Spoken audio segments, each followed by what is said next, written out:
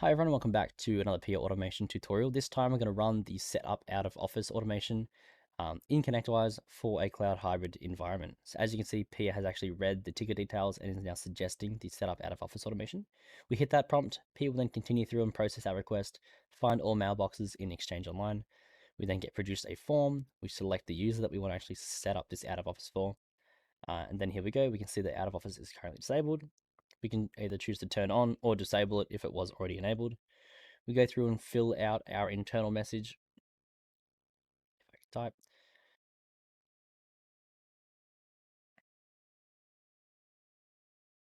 there we go.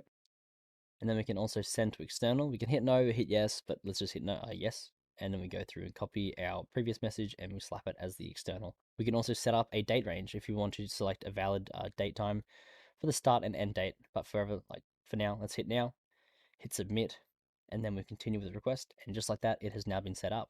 So if you want to learn more about PIA, our automations, or our platform, or you want to develop automations like this one yourself, please feel free to have a look at our website at pia.ai. Apart from that, thanks for watching, and I will see you in the next video.